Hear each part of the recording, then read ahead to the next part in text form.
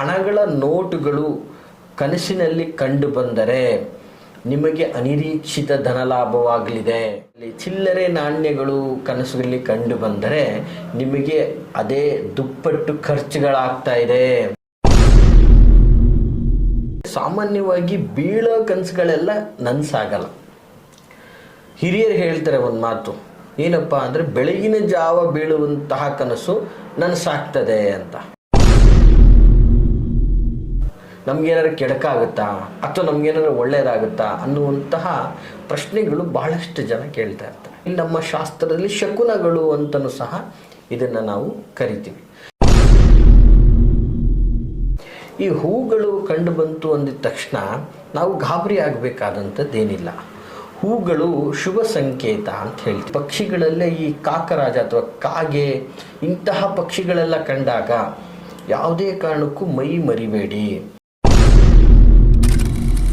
ಸಾಮಾನ್ಯವಾಗಿ ಇವತ್ತಿನ ದಿನ ಎಲ್ಲ ಜನಗಳಲ್ಲೂ ಕೂಡ ಒಂದಲ್ಲ ಒಂದು ರೀತಿಯಲ್ಲಿ ನಿದ್ರೆಯಲ್ಲಿ ಏನಾದರೂ ಸ್ವಪ್ನಗಳನ್ನು ಕಾಣುವಂಥದ್ದು ಅಥವಾ ಏನಾದರೂ ಕಾಣುವಂಥದ್ದನ್ನು ಸಹಜವಾಗಿ ನೋಡ್ತೇವೆ. ವೀಕ್ಷಕರೇ ನೋಡಿ, ನಾನು ಏನು ಹೇಳಕ್ಕೆ ಹೊರಟಿದ್ದೀನಿ ಅಂದರೆ, ಸಾಮಾನ್ಯವಾಗಿ ನಾವು ನಿದ್ರೆಗೆ ಜಾರಿದಾಗ ಯಾವಾಗಲಾದರೂ ಒಂದಲ್ಲ ಒಂದು ರೀತಿಯಲ್ಲಿ ಕನಸುಗಳನ್ನು ಕಾಣ್ತಾ ಇರ್ತೀವಿ. ಹಾಗೆ ಕೆಲವು ಬಾರಿ ನಮ್ಮ ಆ ಕನಸುಗಳಲ್ಲೇ ಡೆಪ್ತಾಗಿ ಹೋಗಿ ಪೇಚಾಡೋದನ್ನೆಲ್ಲ ನಾವು ನೋಡ್ಬಿಡ್ತೀವಿ. ಸುಮ್ಮನೆ ಏನೋ ಪೇಚಾಡ್ತಾ ಇರ್ತಾರೆ ಕನಸಲ್ಲಿ. ಹೀಗಾಗ್ತಾ ಇರುತ್ತೆ. ಹೀಗೆ ಎಷ್ಟೋ ಜನಗಳನ್ನು ಮಾಡ್ತಾ ಇರ್ತಕ್ಕಂಥದ್ದನ್ನು ನಾವು ಪ್ರತಿನಿತ್ಯ ಗಮನಿಸ್ತಾ ಇರ್ತೀವಿ. ಅಥವಾ ನಿಮ್ಮ ಸ್ನೇಹಿತರುಗಳಾಗಿರ್ಬೋದು, ನಿಮ್ಮ ಮನೇಲಿರ್ತಕ್ಕಂಥವ್ರಾಗಿರ್ಬೋದು, ಯಾರೋ ಒಂದಲ್ಲ ಒಂದು ರೀತಿ ನಿಮ್ಗೆ ಹೇಳಿರ್ತಾರೆ. ಹಾಗೆ ಸಾಮಾನ್ಯವಾಗಿ ಬೀಳೋ ಕನಸುಗಳೆಲ್ಲ ನನಸಾಗಲ್ಲ. ಹಿರಿಯರು ಹೇಳ್ತಾರೆ ಒಂದು ಮಾತು, ಏನಪ್ಪ ಅಂದರೆ ಬೆಳಗಿನ ಜಾವ ಬೀಳುವಂತಹ ಕನಸು ನನಸಾಗ್ತದೆ ಅಂತ. ಅದು ಎಷ್ಟರ ಮಟ್ಟಿಗೆ ನಿಜ ಇದೆ ಅಂತಕ್ಕಂಥದ್ದು ಅನುಭವಕ್ಕೆ ಬಂದಂಥವ್ರಿಗೆ ಸತ್ಯವಾಗಿರ್ತದೆ. ಹಾಗೆ ಕೆಲವೊಂದು ಬಾರಿ ಏನಾಗ್ತದೆ, ಸಾಮಾನ್ಯವಾಗಿ ಕನಸಿನಲ್ಲಿ ಹಲವಾರು ರೀತಿಯ ವಸ್ತುಗಳು ಕಾಣಲಿಕ್ಕೆ ಸ್ಟಾರ್ಟ್ ಆಗ್ತದೆ. ಕೆಲವ್ರಿಗೆ ಏನಾಗ್ತದೆ, ಹ್ಯಾಲುಸಿನೇಷನ್ ಅಂತ ಹೇಳ್ತೀವಿ. ಅಂದರೆ ಮಲಗಬೇಕಾದ್ರೆ ಏನಾದರೂ ಅದರ ಬಗ್ಗೆ ವಿಚಾರ ಮಾಡ್ಕೊಂಡು ಮಲಗಿದಾಗ ಬೀಳುವಂತಹದ್ದಿದೆಯಲ್ಲ, ಅದು ಹ್ಯಾಲುಸಿನೇಷನ್. ಅದಲ್ಲದೇ ನ್ಯಾಚುರಲ್ ಆಗಿ ಭಗವಂತನ ನೆನೆಸ್ಕೊಂಡು ಮಲಗಿದ ಮೇಲೂ ಕೂಡ ಈ ಥರದ್ದು ಏನಾದರೂ ಒಂದು ಕಂಡಾಗ, ಈಗ ನೋಡಿ, ಸಾಮಾನ್ಯವಾಗಿ ನಮಗೆ ಭಕ್ತರು ಕರೆ ಮಾಡ್ತಾರೆ, ಗುರುಗಳೇ ನಾನು ಮಲಗಿದ್ದೆ ನಿನ್ನೆ, ಏನು ಗೊತ್ತಿಲ್ಲ ನನಗೆ, ಯಾರೋ ಮುಂದೆ ಬಂದು ನಿಂತಂಗೆ ಆಗ್ಬಿಡ್ತು ಕನಸಲ್ಲಿ, ನಮ್ಮ ಕಡೆಯವರು ಯಾರೋ ಗೊತ್ತಾಗಲಿಲ್ಲ, ಒಂಥರ ವ್ಯಕ್ತಿ. ಹೀಗೆ ಅಂದರೆ ಒಬ್ಬೊಬ್ಬರಿಗೆ ಒಂದೊಂದು ರೀತಿಯಲ್ಲಿ. ಸಾಮಾನ್ಯವಾಗಿ ಕೆಲವರಿಗೆ ವಸ್ತುಗಳು ಕಣ್ಮುಂದೆ ಬರ್ತದೆ ಕನಸಲ್ಲಿ, ಕೆಲವರಿಗೆ ವ್ಯಕ್ತಿಗಳು ಬರ್ಬೋದು, ಕೆಲವರಿಗೆ ಪರಿಸರಗಳು ಬರ್ಬೋದು, ಬೆಟ್ಟ ಗುಡ್ಡಗಳು ಬರ್ಬೋದು, ಪ್ರಾಣಿಗಳು ಪಕ್ಷಿಗಳು ಕಣ್ಣೆದುರುಗಡೆ ಬರ್ಬೋದು. ಹೀಗೆ ಯಾವುದಾದ್ರೂ ಒಂದಲ್ಲ ಒಂದು ಗೋಚಾರ ಆಗ್ತಾ ಇರ್ತದೆ ವೀಕ್ಷಕರೇ. ಈ ರೀತಿ ಗೋಚಾರವಾಗುವಂತಹ ವ್ಯವಸ್ಥೆಗೆ ಕನಸಲ್ಲಿ ಕಾಣುವಂತಹ ಇದನ್ನು ಏನಂತೀವಿ, ಒಂದು ರೀತಿಯಲ್ಲಿ ನಮ್ಮ ಶಾಸ್ತ್ರದಲ್ಲಿ ಶಕುನಗಳು ಅಂತಲೂ ಸಹ ಇದನ್ನು ನಾವು ಕರಿತೀವಿ. ಇಂತಹ ಶಕುನಗಳು ಅಂದರೆ ಈ ಥರದ್ದು ಯಾವುದೋ ಒಂದು ಕಂಡಾಗ ಅದರಿಂದ ಏನು ಫಲ ಅನ್ನುವಂಥದ್ದು ಸಾಮಾನ್ಯವಾಗಿ ಕೆಲವು ಜನಗಳಿಗೆ ಗೊಂದಲಗಳು ಹೆಚ್ಚಾಗಿರ್ತದೆ. ಹಿಂಗೆ ಬಿದ್ದುಬಿಡ್ತಲ್ಲ, ಗುರುಗಳೇ ಏನಾಯಿತು, ನಮಗೇನಾದ್ರು ತೊಂದರೆ ಆಗುತ್ತಾ, ನಮಗೇನಾದ್ರು ಕೆಡಕಾಗುತ್ತಾ ಅಥವಾ ನಮಗೇನಾದ್ರು ಒಳ್ಳೆಯದಾಗುತ್ತಾ ಅನ್ನುವಂತಹ ಪ್ರಶ್ನೆಗಳು ಬಹಳಷ್ಟು ಜನ ಕೇಳ್ತಾ ಇರ್ತಾರೆ. ನೋಡಿ, ಇದು ಬಹಳ ಅದ್ಭುತವಾದಂಥ ವಿಚಾರ, ಸಾಮಾನ್ಯವಾಗಿ ತಿಳ್ಕೊಳ್ಳುವಂತಹ ಒಂದು ಪ್ರಶ್ನೆ ಆಗಿರ್ತದೆ.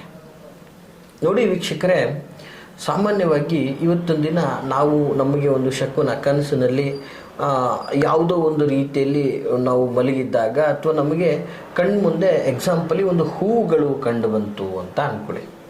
ಈ ಹೂಗಳು ಕಂಡು ಬಂತು ಅಂದಿದ ತಕ್ಷಣ ನಾವು ಗಾಬರಿ ಆಗಬೇಕಾದಂಥದ್ದೇನಿಲ್ಲ. ಹೂಗಳು ಶುಭ ಸಂಕೇತ ಅಂತ ಹೇಳ್ತೀವಿ.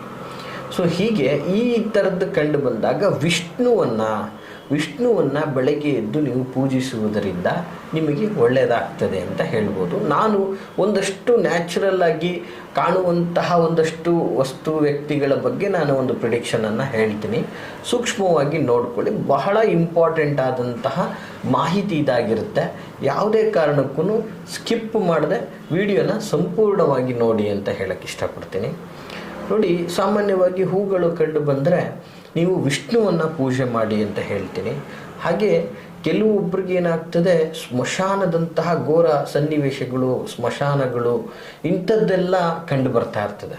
ಸೊ ಇಂಥದ್ದನ್ನೆಲ್ಲ ಕಂಡು ಬಂದಾಗ ಅವರು ಮರುದಿನ ಬೆಳಗ್ಗೆ ಎದ್ದು ಶಿವನ ದೇವಾಲಯಕ್ಕೆ ಹೋಗಿ ಅಥವಾ ಮನೆಯಲ್ಲಿರ್ತಕ್ಕಂತಹ ಶಿವಲಿಂಗಕ್ಕೆ ಪೂಜೆಯನ್ನು ಸಲ್ಲಿಸುವುದರಿಂದ ಸೊ ಅವ್ರಿಗೆ ಒಳ್ಳೆಯದಾಗ್ತದೆ ಅಂತಲೂ ಸಹ ನಾವು ಹೇಳ್ಬೋದಾಗ್ತದೆ.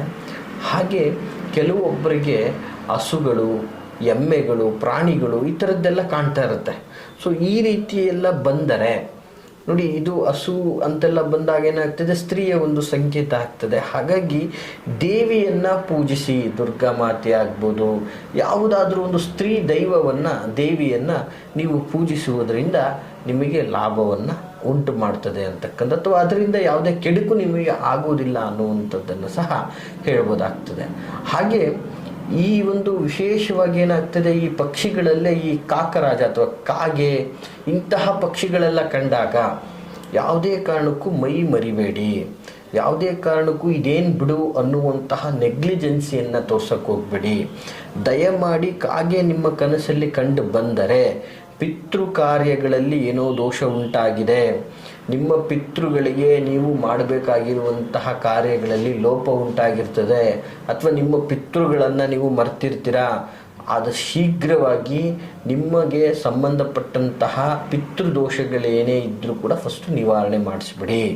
ಆಗ ನಿಮಗೆ ಅದರಿಂದ ಶುಭದಾಯಕವಾಗ್ತದೆ ಮತ್ತು ಪಿತೃಗಳು ಶಾಂತರಾಗಿ ಒಳ್ಳೆಯದನ್ನು ಉಂಟು ಮಾಡ್ತಾರೆ.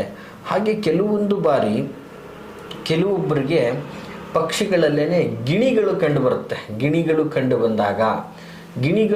ಬಂದಾಗ ಮುಖ್ಯವಾಗಿ ನಿಮ್ಮ ಜಾತಕವನ್ನು ಹತ್ತಿರದಲ್ಲಿರ್ತಕ್ಕಂತಹ ಪಂಡಿತರಲ್ಲಿ ಹೋಗಿ ಜಾತಕವನ್ನು ತೋರಿಸಿ, ಜಾತಕವನ್ನು ಪರಿಶೀಲನೆ ಮಾಡಿಸಿ, ನಿಮ್ಮ ಜಾತಕದಲ್ಲಿ ಏನಾದರೂ ದೋಷಗಳಿದೆಯಾ ಅನ್ನುವಂಥದ್ದನ್ನು ತಿಳ್ಕೊಳ್ಳಿ, ಜಾತಕವನ್ನು ಪರಿಶೀಲನೆ ಮಾಡಿಸಿ ಅನ್ನುವಂತಹ ಒಂದು ಸೂಚನೆಯನ್ನು ಆ ಒಂದು ಶಕುನ ನಿಮಗೆ ತಿಳಿಸುತ್ತೆ ಅಂತ ಹೇಳ್ಬೋದು.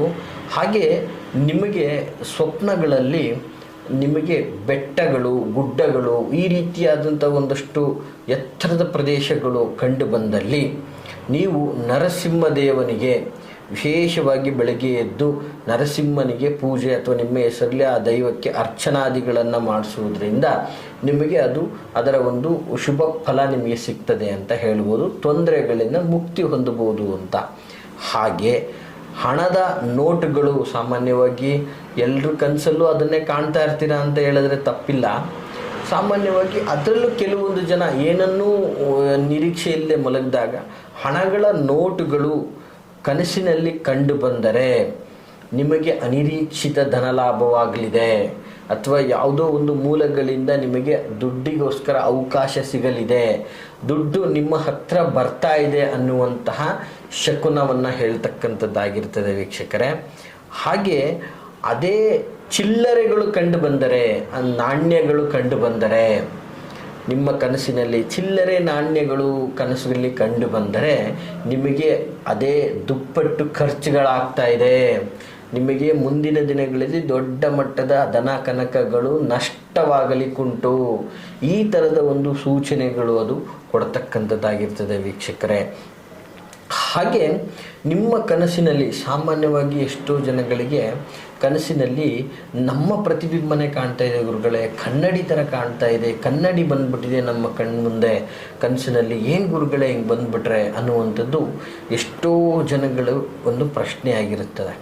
ಸೊ ಈ ಥರ ಕನ್ನಡಿ ನಿಮ್ಮ ಕನಸಿನಲ್ಲಿ ಕಂಡು ಬಂದಿದೆ ಅಂದರೆ ನಿಮ್ಮ ಎಷ್ಟೋ ಬಹುದಿನಗಳಿಂದ ನಿಂತಿರತಕ್ಕಂತಹ ಕಾರ್ಯ, ಎಷ್ಟೋ ಬಹುದಿನಗಳಲ್ಲಿ ನೀವು ಬಯಸ್ತಾ ಇರುವಂಥ ನಿಮ್ಮ ಆಸೆ ನೆರವೇರದೆ ಅಲ್ಲೇ ಕಣ್ಗೆಟ್ಟಿರ್ತಕ್ಕಂತಹ ಆಸೆ ನೆರವೇರುವಂತಹ ಒಂದು ಅದ್ಭುತ ಸಮಯ ನಿಮ್ಮ ಸನಿಹದಲ್ಲಿದೆ ಅನ್ನುವಂತಹ ಒಂದು ಸೂಚನೆಯನ್ನು ಅದು ಕೊಡ್ತಕ್ಕಂಥದ್ದಾಗಿರ್ತದೆ.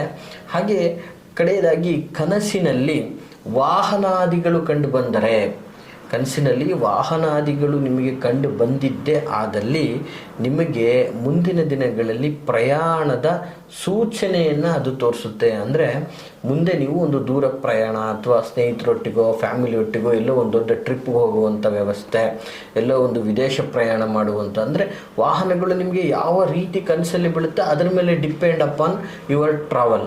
ಈ ರೀತಿ ಬೀಳ್ತಕ್ಕಂದರೆ ವಾಹನಗಳಲ್ಲಿ ಅಂದಿದ ತಕ್ಷಣವೇ ನಿಮಗೆ ಒಂದು ಟಗ್ಬೋ ಟ್ರಾವೆಲ್, ಈ ರೀತಿ ಒಂದು ಟ್ರಾವೆಲಿಂಗ್ ಒಂದು ವಸ್ತುಗಳು ವಾಹನಗಳು ಕಂಡು ಬಂದಲ್ಲಿ ಇಲ್ಲೇ ರಾಜ್ಯದಲ್ಲಿ ಒಂದು ಕಡೆ ಸುತ್ತಾಟ ಆಗ್ತದೆ. ಅದರ್ವೈಸ್ ನಿಮಗೆ ಈ ಒಂದು ವಿಮಾನಗಳು ಇಂಥದ್ದೆಲ್ಲ ಕಂಡು ಬಂದಲ್ಲಿ ನೀವು ವಿದೇಶ ಪ್ರಯಾಣಕ್ಕೆ ಹೋಗುವಂತಹ ಒಂದು ಪ್ರಯಾಣಿಸುವಂತಹ ಸೂಚನೆಗಳನ್ನು ಕಂಡು ಬರ್ತದೆ.